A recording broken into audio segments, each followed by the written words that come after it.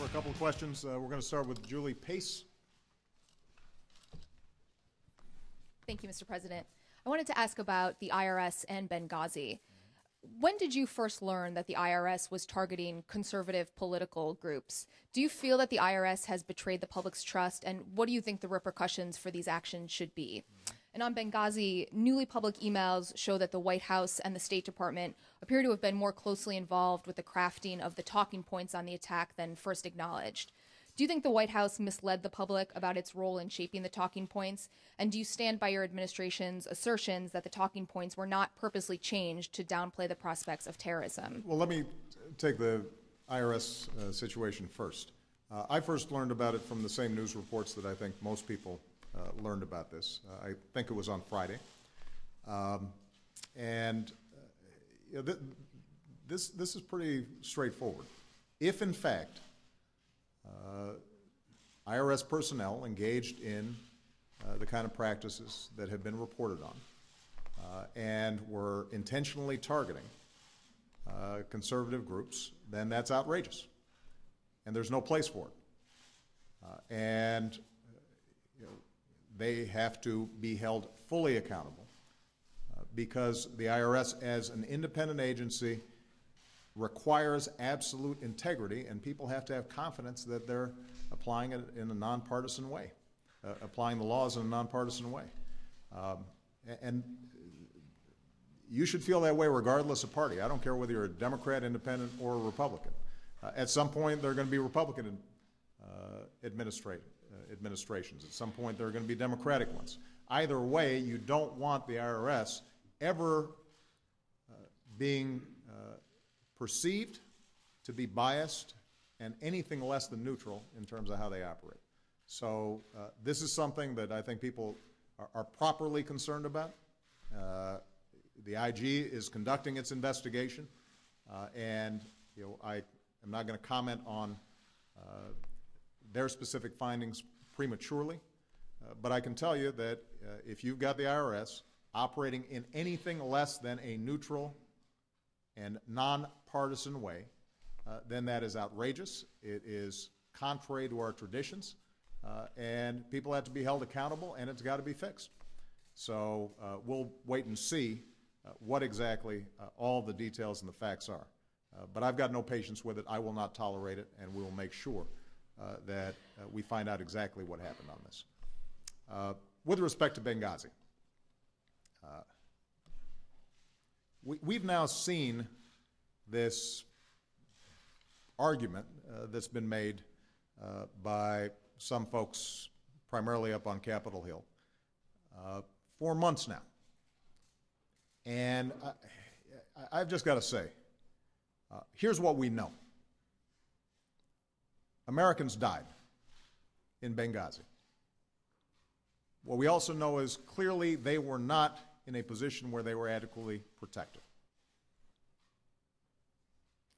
The day after it happened, I acknowledged that this was an act of terrorism.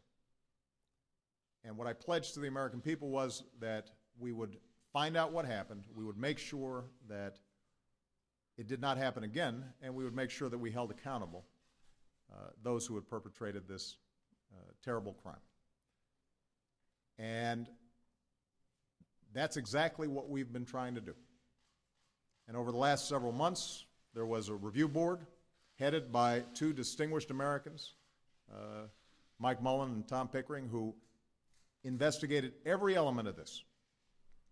And what they discovered was some pretty harsh judgments in terms of how we had worked to protect consulates and embassies around the world. They gave us a whole series of recommendations. Those recommendations are being implemented as we speak. The whole issue of this, of talking points, frankly, throughout this process has been a sideshow. What we have been very clear about throughout was that immediately after this event happened, we were not clear who exactly had carried it out, how it had occurred, what the motivations were. It happened at the same time as we had seen attacks on U.S. embassies in Cairo as a consequence of this film.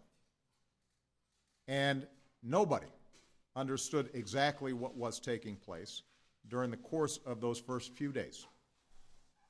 And the emails that you allude to were provided by us to congressional committees. They reviewed them several months ago, concluded that, in fact, there was nothing afoul in terms of the process that we had used. And suddenly, 3 days ago, this gets spun up as if there's something new to the story. There's no there. Keep in mind, by the way, these so-called talking points that were prepared for Susan Rice 5-6 days after the event occurred, pretty much matched the assessments that I was receiving at that time in my presidential daily briefing. And keep in mind that 2 to 3 days after Susan Rice appeared on the Sunday shows using these talking points, which have been the source of all this controversy, I sent up the head of our National Counterterrorism Center, Matt Olson, up to Capitol Hill and specifically said it was an act of terrorism and that extremist elements inside of Libya had been involved in it.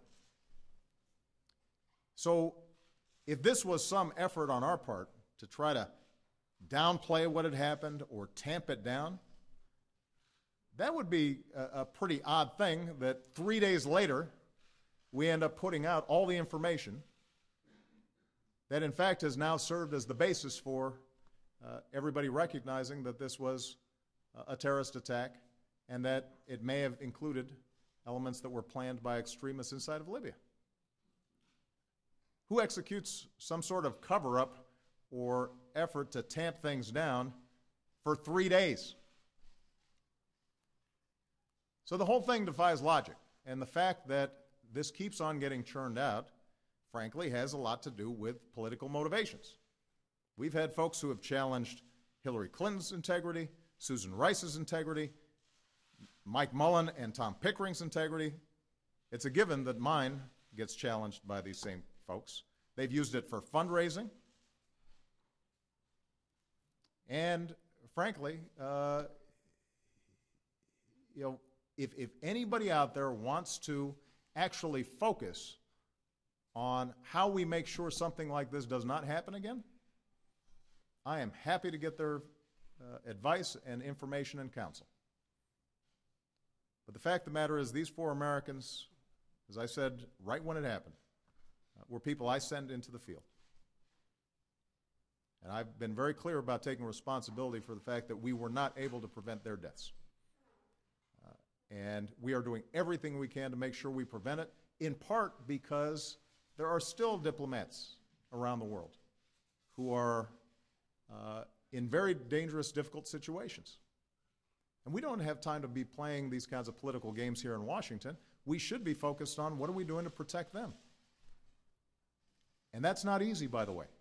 And it's going to require resources and tough judgments and tough calls. And there are a whole bunch of diplomats out there who know that they're in harm's way. And there are threat streams that come through every so often with respect to our embassies and our consulates. And that's not just us, by the way. The British have to deal with the same thing. And we've got a whole bunch of people in the State Department who consistently say, you know what, I'm willing to step up. I'm willing to put myself in harm's way because I think that this mission is important in terms of serving the United States and advancing our interests around the globe. And so we dishonor them when we turn things like this into a political circus. What happened was tragic. It was carried out by extremists inside of Libya. We are out there trying to hunt down the folks who carried this out, and we're trying to make sure that we fix the system so that it doesn't happen again.